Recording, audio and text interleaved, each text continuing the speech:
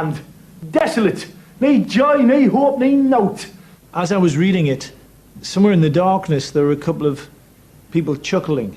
All I remember is Ian's piercing stare in this church hall, having a really good close look at us, but laughing a lot as well.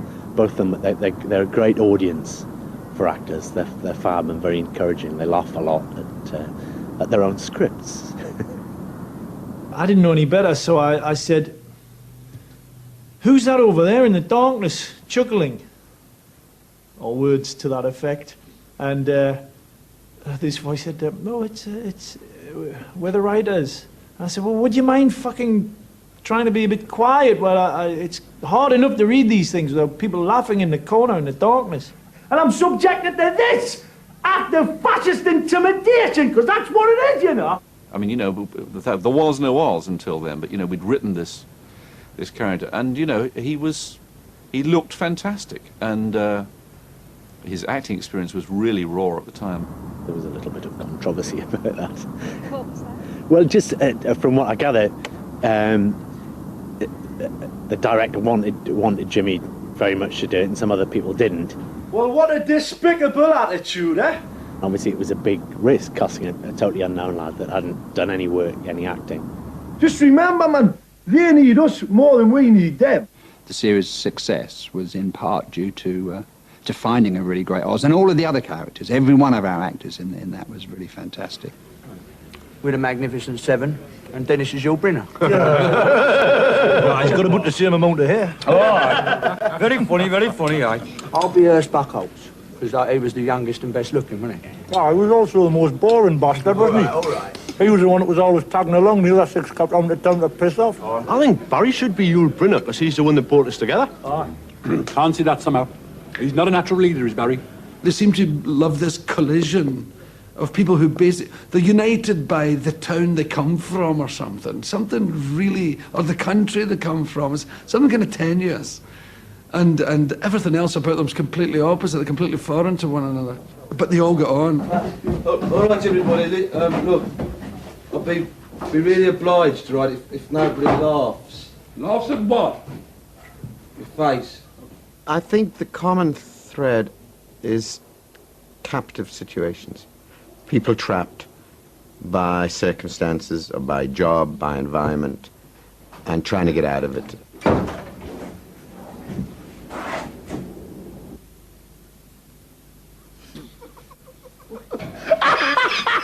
We saw the irony immediately of people going to Germany to get work and being, that dreaded phrase that they said love in this town, fish out of water.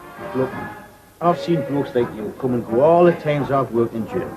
Never been out the UK before. Never eaten foreign food, never drank foreign beer. Fish out the water without the wife or the mother to lend a guiding hand. After a week they've lost their passports, they've got pissed, lost most of their money, and become ridiculously nationalistic for the country that can't even bloody employ them in the first place, man. One of the bureaus. Hey, no, I know, and I'm not one of the days. We went to see a football match in Liverpool, I think. It was Liverpool-Newcastle.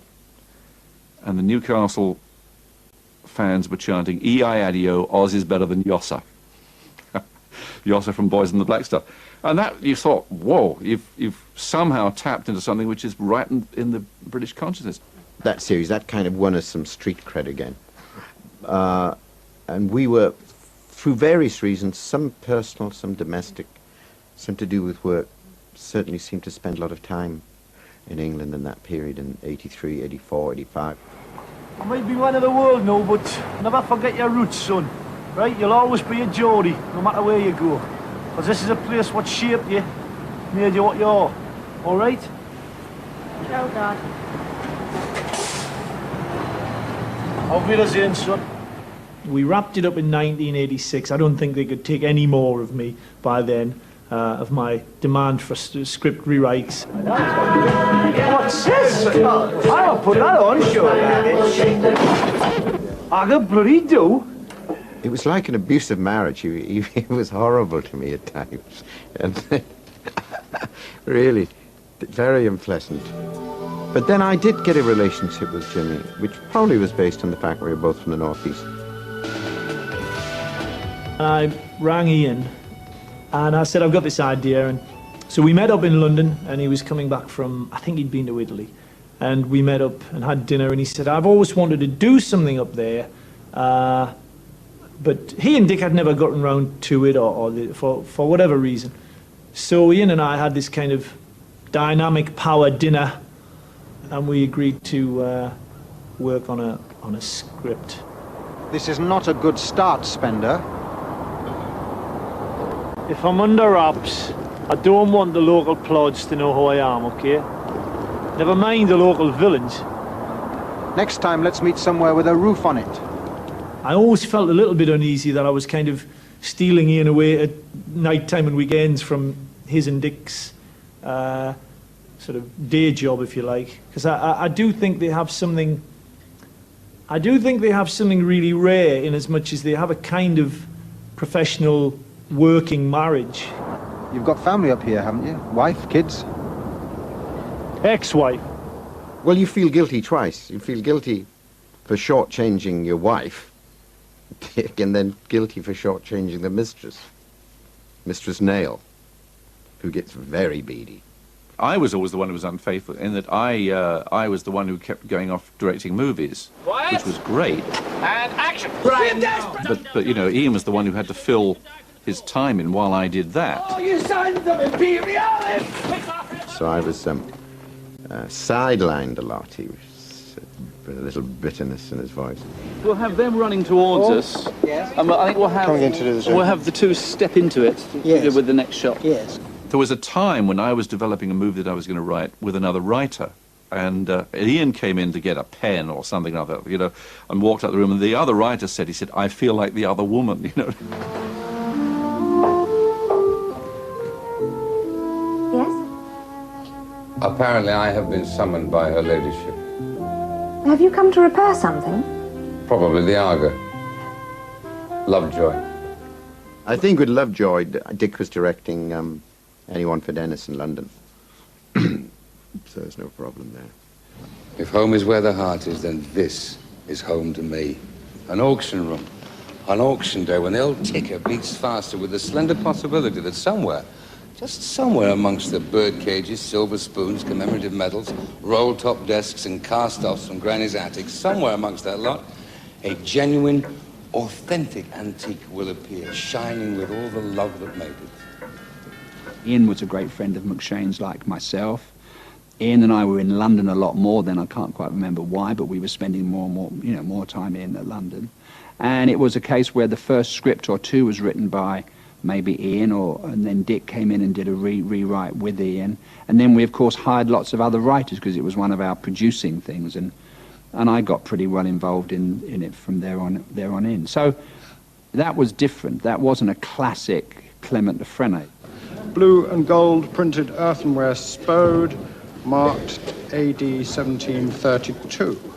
It's quite an achievement, that, considering Hosea Spode wasn't born until 1733. The particular disappointment was the series we did called Full Stretch, where we really thought we were onto something. I thought we had a wonderful cast. I thought Kevin McNally was as good playing the character of Baz in his own way as Ronnie Barker was with Fletcher. What I'm saying is, we were kind of a glamorous couple, got invited a lot of places, like Bobby Moore and Tina. Then we went to the States. I'll never forget the day we arrived. My agent's at the airport. He's standing there in his Ferragamo shoes and his ostrich skin Filofax.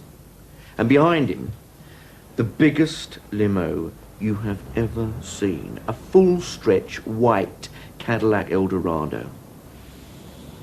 I've never smoked opium, but I can't imagine a better sense of well-being than sitting in the back of one of them, watching all that Florida blue sky and palm trees floating by. We seem to fall in, get lost in the shuffle between the new ITV setup and the program was never sort of cushioned. Still feel very angry about it, actually. Very upset. No, less upset. Less upset. They have said since they made a mistake, which doesn't make you feel any better at all, but, you know, it didn't have a chance to build, and that was a great disappointment because we really thought we might have turned that into the new Minder or something if we'd had a chance to build it. He's not on anything, is he? No. No, he was shattered up all night in the studio. We might just get away with this. Off you go. Drive carefully. Isn't he going to wonder why it took him 3 hours to get from Wembley to St James's? Burst water main in Cricklewood. Up till about 1990, I was still really upset about not having something on English television or something that was successful or something that was...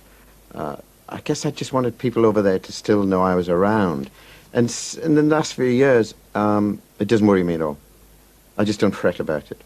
And it doesn't worry me at all, and I don't know why, and I think it's because since the commitments happened, we got a lot of respect, and then that opened up a lot of doors. Hi, I've come about the audition.